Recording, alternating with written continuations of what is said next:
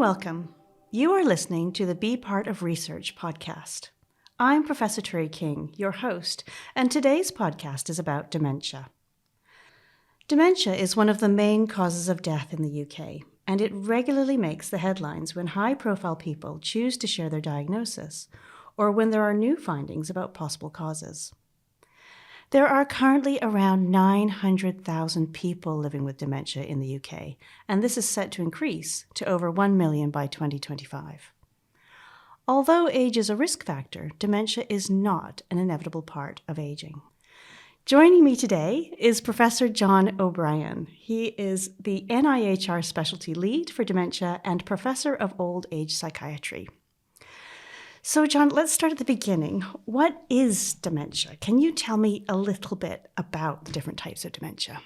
Yes, well, dementia is a general term that we use that really covers a number of different diseases that all cause problems with thinking, with memory, and with the ability to undertake daily activities. The main cause of dementia is Alzheimer's disease, and I think many people will be familiar with that term. And that's responsible for about 2/3 of cases. But there are other important causes of dementia as well that are sometimes less talked about. One of those is vascular dementia, which is when blood vessels in the brain don't work properly, maybe after a stroke, but sometimes in the absence of a stroke, and have a sort of vascular cause of dementia. There's a syndrome called dementia with Lewy bodies, which is a condition that has some relationship to Alzheimer's disease, but also some to Parkinson's disease. So it not only affects the ability to think and to remember, but also can affect movements as well. So people can be slow and have difficulty walking and sometimes have a shake. And there's a condition called frontal dementia or frontotemporal dementia, to give it its fuller title, which affects the front part of the brain. And then people have difficulty with planning activities, with judgment, social judgment, and also with language. And those four main types of dementia, Alzheimer's disease, vascular dementia, dementia with Lewy bodies, and frontotemporal dementia, account for more than 90% of cases of dementia. And I understand that dementia rates are increasing, so why is that? Yes, well, that's another great question. So they are, and that's largely because we're all living longer, which is obviously very good news. 50 years ago, life expectancy was only in our 60s, and now it's in our 80s and rising. So that's tremendously good news. But unfortunately, conditions that are more common as we get older, and dementia is certainly one of those, will become more common as a result. And so the reason dementia is increasing is really simply because we're living longer. There aren't any other real reasons why dementia is increasing. In fact, because of some changes we've had to sort of lifestyle and medical treatment, there's some evidence that dementia is slightly less common than it might have been if we hadn't have had those advances. So if you project what dementia would have looked like from figures based 30 years ago to now, we'd actually expect a lot more cases of dementia now than we currently have. And that is, we think, largely due to improvements in lifestyle, things like control of blood pressure, things like better treatment of stroke and things like that, as well as perhaps better education, which is also a sort of protective factor against dementia. So although there are lots of theories about, social interaction and air pollution and high impact sport, are we any closer to finding out what causes dementia? Yes, well, these things like air pollution, they hit the headlines and everyone sees them because they're newsworthy and topical. But actually, there have been major strides over the last 10 to 20 years in understanding the causes and mechanisms of dementia. And all the dementias that I mentioned, particularly Alzheimer's disease, Lewy body dementia, and frontotemporal dementia, they share something in common, which is the main cause of them is abnormal laydown of proteins in the brain of different types. And these are proteins that are normal for brain activity. We all need them. But because of either producing too much of them or not getting rid of proteins as we should, particularly when those proteins have maybe had their use and need to be disposed of, if they accumulate in the brain, they get laid down in nerve cells, they affect the functioning of those nerve cells, and ultimately those nerve cells will die. And really that's at the root cause of what's the problem of dementias. Now, One reason that age is a big risk factor for dementia is the longer we live, the more we've had to produce these proteins, and also the less efficient we are at getting rid of them. As well as that, the processing of these proteins is affected by our genes, our genetic makeup, but also, and this is coming to the point you raised, also affected by sort of lifestyle factors. And now there are 12 to 15 different lifestyle factors that seem to either accelerate our risk of getting dementia or indeed sort of perhaps protect us from getting dementia. And the relationship between those and the mechanisms is not entirely worked out as yet, but is a very important area of research. And things that you mentioned, like air pollution, social stimulation, there are also other things that are protective, like exercise. I mentioned already controlling blood pressure and diabetes. They're all very good things. And they're things that we can do to help reduce our risk of getting dementia. But it might not stop it altogether. These are things that will be helpful to reduce our risk, but won't necessarily prevent us from getting dementia. So moving on to research, what are the main areas or themes in dementia research these days? Well, it's very broad, and the UK is a great place for dementia research. We're frequently come in the top, 2 of countries behind the US, usually because of their greater kind of critical mass and volume. But there's a breadth of research here that's around the mechanisms of disease, what causes the different types of dementia, around the diagnosis of it. How do we diagnose the different types? How can we diagnose that earlier? Through to different treatments, how can we treat the condition? And that isn't just about, drugs or pharmacology, it's also about other strategies that might help. I talked about risk reduction, but there are also other things that might be helpful. Through to looking at care, how can we better care for people who have dementia as they progress through their dementia journey? Through to end-of-life issues, how can we ensure that the transition there and the care at the end of life is really optimal for people with dementia? So it's really very broad. And that research is supported by the NIHR, which at any one time supports around 150 studies in dementia across that wide range of activity. Obviously, the UK is one of the centres, really, it sounds like, for dementia research. So what have been the key research findings out of the last 5 to 10 years then? Well, it's hard to summarise them briefly, so I can only just highlight a few, really, that I think are particularly important. One is, I think, the genetics. So I mentioned that before, but we're discovering more and more about some genes that increase our risk of different diseases, mainly around Alzheimer's, but there's increasing now work in some of the other dementias.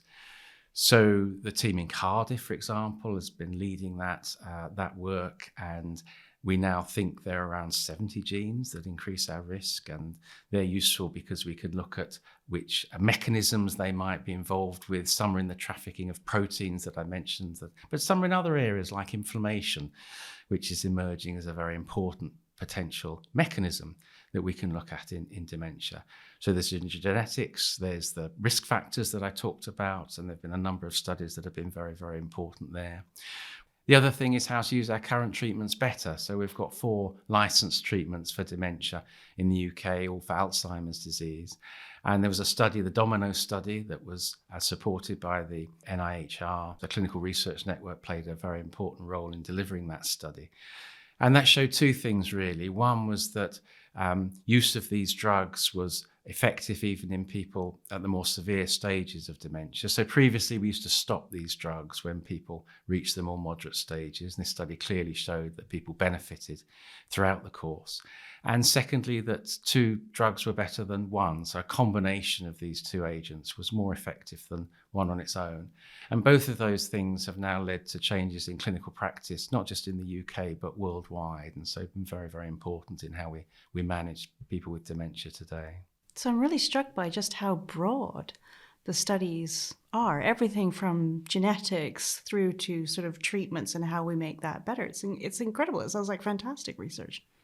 Yes, I think there's a lot more we need to do, of course, but I think it is, and it's really important because we need research that helps people today at different stages, from early diagnosis through to the later stages. We need to understand better how to support people, how to manage people now.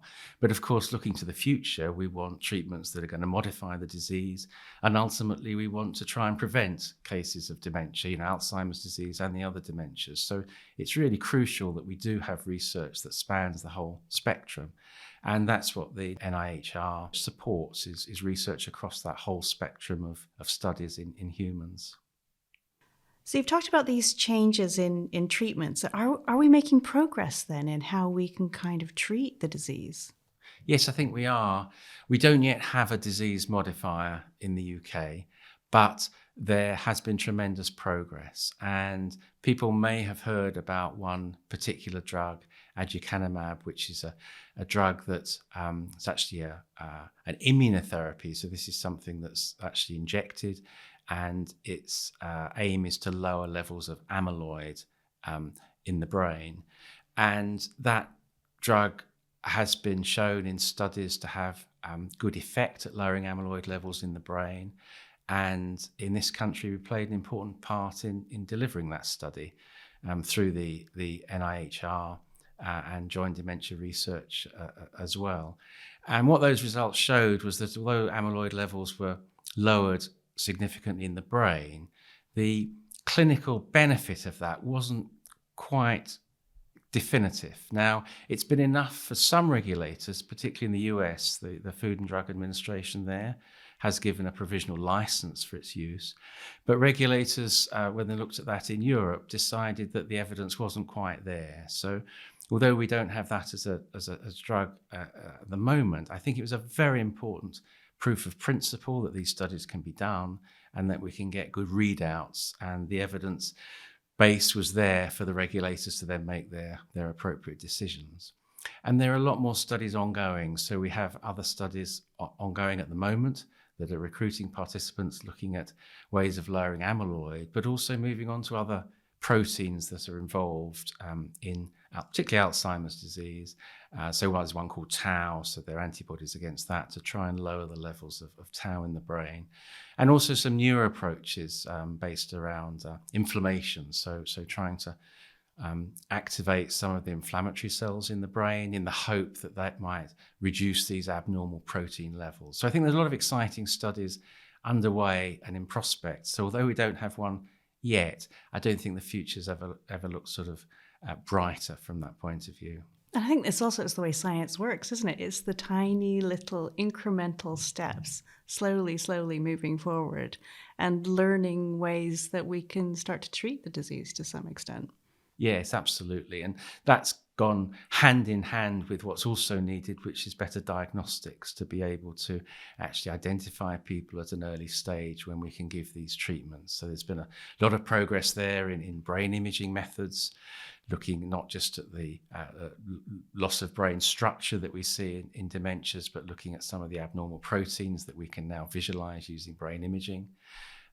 As well as, very exciting in the last couple of years, the prospect of blood biomarkers. So something from a blood test that will give some indication of whether people are likely to have abnormal protein levels in the brain. And I think that, combined with some of these new therapies, will be very important for future dementia studies. It's really exciting stuff. What's next for dementia research then? Well, it's always dangerous, isn't it, trying to look into the future? But I think our current direction is probably where we're going to go. So one thing we do need is an increase in the volume of dementia research. We're doing a lot, as we highlighted, but we need to do more. And we know that dementia research is less developed than other areas. For example, areas like cancer, which are equally important, have about 4 times the volume and 4 times the funding that we have in dementia. So we've grown dementia research a lot, but we've got to grow it much further. So that's very, very important. We need to attract more researchers into the field so that they can deliver those studies and develop new approaches. So that's sort of in general terms. In more specific terms, I think that as we understand the mechanisms of these different diseases better, we'll be able to target treatments towards those mechanisms. And I think we already know that dementias are certainly not simple. They're complex disorders, but they often involve several different processes, not just one. So I talked a little bit about amyloid, a little bit about tau, a little bit about inflammation. But it might well be we need a combination of approaches to be able to really tackle these diseases. So I think that'll be a feature of future research. And there's also a need to better understand how we can do clinical trials. So, for example, the use of technology, the use of remote assessments, the use of different markers to allow us to try treatments better. And rather than the current dementia studies, which sometimes take 2 or 3 years, we would like to have studies where we can understand in a much shorter time if these potential treatments are actually going to help people or not. So what's clear for that then is if you're saying that dementia research needs to grow, part of that is having people taking part in the research. So for people listening who may want to get involved, can you explain a bit about the different types of studies that people can get involved in? Yes, well, as we talked about, there's a very wide variety of different studies. So when people think about dementia research, they sometimes think about drug studies or studies like that. But as we said, the range is really very, very broad. So there are studies looking at people's experiences of dementia, the online surveys, telephone surveys, sort of focus groups. There's studies about care and different types of care. There's studies that involve looking at some of the blood biomarkers, maybe some of the brain scans, looking at the diagnostics, some cognitive tests. So we have studies looking at the place of virtual reality, for example, as a very early diagnostic test. And then we have studies of the actual treatments themselves. And people's involvement in research depends very much on the study itself. Sometimes it's a one-off interview assessment or a questionnaire online. Other times it's much more extensive, would involve coming to a research unit or a hospital for assessments.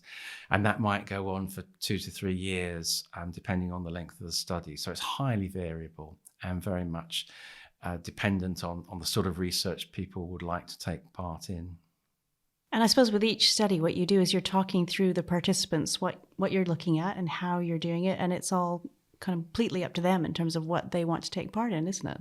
Absolutely. So the first stage of research is to let people know about what's going on. And that's really, really important. And that's where systems like joint dementia research can be very, very helpful. Participants are given full information about the study. And I think it's important people who are interested in taking part really look at that and ask questions. What does the study involve? What's the commitment? Is it realistic for me to take part in that? Do I want to take part in that? What are the possible benefits of taking part? And what are the possible risks and harms of taking part? People will always get a written information sheet that gives full details. It's important to look at that, to discuss that if they wish with family and friends, to make an informed decision. And then people will be asked to sign a consent form to take part in the study. And it's important also to realise the consent form isn't not a legal agreement. You have to take. It's an indication that you understand what the study's about and you would like to take part. And if people want to change their mind at any point in the research process, they're absolutely free to do that. So patients really are the lifeblood of a lot of the research that people do. So if people do want to take part in dementia research, how can they do that? So the best way is through what's called joint dementia research. People can sign up to this online or through the dementia charities who support that, which is Alzheimer's Research UK, the Alzheimer's Society and Alzheimer Scotland. Joint dementia research is run by the NIHR. If people want to find it online, the quickest way is to type those 3 words into a search engine, joint dementia research, and you will find it. Participants can sign up themselves or they can ask somebody to sign up for them. What that does is enable people to join a register, which then allows them to find out about what research studies are going on in their area. It also allows them to be matched to studies so that researchers can then contact them if they might be suitable for studies. And again, as mentioned, there's a huge variety from sort of these online studies to more intensive studies. Anyone over 18 can sign up. Over 50,000 people already have, and over 60,000 people have actually taken part in studies through joint dementia research.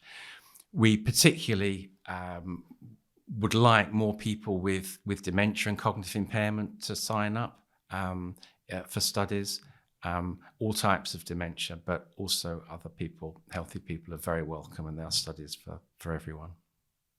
If there was one thing that you wanted people to remember from this podcast, what would it be? I think it's that dementia is a huge problem and a growing problem, but it's not an insoluble or hopeless problem. And great strides have been made in terms of research, in terms of understanding the disease, diagnostics, and in terms of new treatments, though there's much more to do. So I suppose the key message is that dementia is a huge challenge, but the prospects of new treatments has never been closer. And I think through research, we will and can make progress. So please do, consider taking part. We mentioned Join Dementia Research. Please encourage other people that you know, particularly those who have dementia and cognitive impairment, to take part. And I think through research, we will make progress. John, thank you so much for sharing your insights into dementia research. It's been incredibly fascinating. We hope you enjoyed listening. If you'd like to read the show notes for this episode or listen to the other podcasts in this series, visit bepartofresearch.ac.uk.